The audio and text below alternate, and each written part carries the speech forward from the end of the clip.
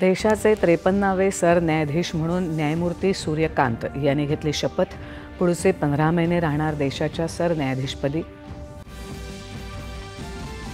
पंतप्रधान नरेंद्र मोदी उद्या अयोध्येतल्या श्रीराम जन्मभूमी मंदिराला देणार भेट। मंदिराच्या शिखरावर समारंभपूर्वक फडकवणार भगवा ध्वज। स्वदेशी जहाज बांधणीत महत्त्वाचा टप्पा।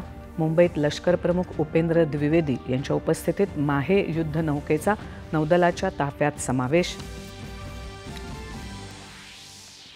हिंदी चित्रपटसृष्टीतील ही मॅन काळाच्या पडद्याआड। ज्येष्ठ अभिनेते धर्मेंद्र यांचं मुंबईत राहत्या घरी निधन। सिने जगतावर शोककळा। राष्ट्रपती, पंतप्रधानांसह मान्यवरांची आदरांजली। तरुणाई समाजात आणि राजकारणात परिवर्तन घडवू शकते असं सांगत येत्या महापालिका निवडणुकीत भाजपा 40% तरुणांना उमेदवारी देणार, मुख्यमंत्र्यांची घोषणा।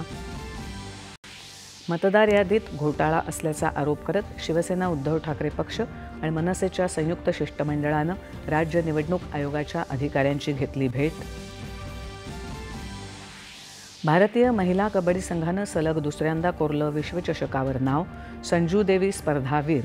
पंतप्रधानांनी केलं विश्वविजेत्या संघाचं अभिनंदन। टोकियो इथे सुरू असलेल्या डेफलिम्पिकमध्ये आज भारतानं पटकावली 2 सुवर्णपदकं। नेमबाज प्रांजली आणि कुस्तीपटू सुमित दहियानं जिंकलं सुवर्णपदक।